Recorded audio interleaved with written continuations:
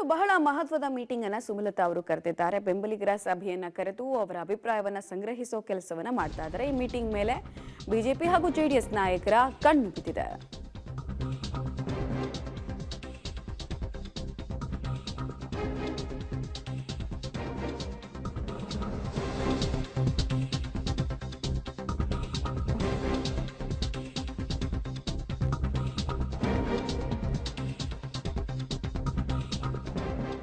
ಇಂದು ಅಭಿಪ್ರಾಯ ಸಂಗ್ರಹ ಮಾತ್ರ ಮಾಡ್ತಾರೆ. ಅಂದ್ರೆ ಚರ್ಚೆ ಮಾಡಿ ಒಂದು ಅಭಿಪ್ರಾಯಗಳನ್ನೆಲ್ಲ ಸಂಗ್ರಹ ಮಾಡೋ ಕೆಲಸ ಮಾಡ್ತಾರೆ. ಬಟ್ ಡಿಸಿಷನ್ ಅನ್ನ ಇವತ್ತೇ ಘೋಷಣೆ ಮಾಡೋದು ಡೌಟ್ ಇದೆ. ಆದ್ರೆ ಮಂಡ್ಯದಲ್ಲಿ ಘೋಷಣೆ ಮಾಡೋದಕ್ಕೆ ಅಂತ ಹೇಳಿ ತಯಾರಿಯನ್ನು ಮಾಡ್ಕೊಂಡಿದ್ದಾರೆ. ತಮ್ಮ ಮನಸ್ಸಲ್ಲಿ ಏನಿದೆ ಅನ್ನೋದನ್ನ ಮಂಡ್ಯದಲ್ಲೇ ಹೇಳಬೇಕು ಅಂತ ಬಯಸ್ತಾ ಇದ್ದಾರಂತೆ.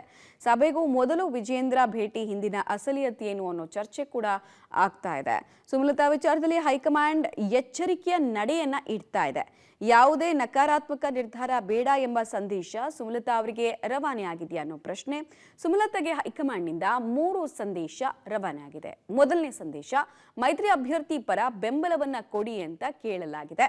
ನೀವು ಬೆಂಬಲವನ್ನ ಅವರಿಗೆ ಕೊಟ್ರೆ ನಿಮ್ಮ ರಾಜಕೀಯ ಭವಿಷ್ಯ ಉನ್ನತೀಕರಣಗೊಳ್ಳೋದಕ್ಕೆ ನಮ್ಮ ಬೆಂಬಲ ಇರುತ್ತೆ ಅನ್ನೋ ಅಭಯ ಹಸ್ತ ಸಿಕ್ಕ ಹಾಗೆ ಕಾಣಿಸ್ತಾ ಇದೆ.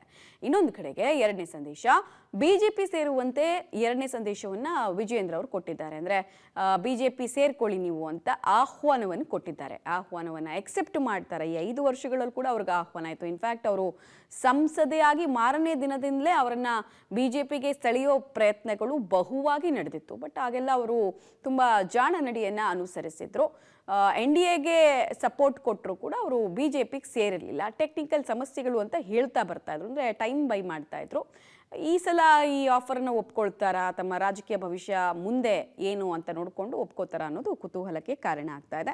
ಇನ್ನೊಂದು ಕಡೆಗೆ ವಿಜೇಂದ್ರ ಅವ್ರು ಮಾತಾಡ್ತಾ ಈಗಷ್ಟೇ ಹೇಳ್ತಾ ಇದ್ದದನ್ನ ಕೇಳಿಸ್ಕೊಳ್ತಾ ಇದ್ವಿ. ಸುಮಲತಾ ಅವರಿಗೆ ಬಿಜೆಪಿಯಲ್ಲಿ ತುಂಬಾ ಉತ್ತಮ ಭವಿಷ್ಯ ಇದೆ ಎನ್ನುವಂತಹ ವಿಚಾರವನ್ನು ಕೂಡ ಹೇಳ್ತಾ ಇದ್ರು. ಅವರಿಗೆ ಮನವರಿಕೆ ಮಾಡಿಕೊಡೋ ಪ್ರಯತ್ನ, ಕನ್ವಿನ್ಸ್ ಮಾಡಿಕೊಡೋ ಪ್ರಯತ್ನ ಆಗಿದೆ ಅನ್ನೋದು ತಿಳಿದು ಬರ್ತಾರೋ ವಿಚಾರ. ಸೊ ಅವರು ಬರೀ ಕೈಯಲ್ಲಿ ದಿಲ್ಲಿಯಿಂದ ವಾಪಸ್ ಆಗಲಿಲ್ಲ, ಭರವಸೆಯ ಜೊತೆಗೆ ವಾಪಸ್ ಆದ್ರು.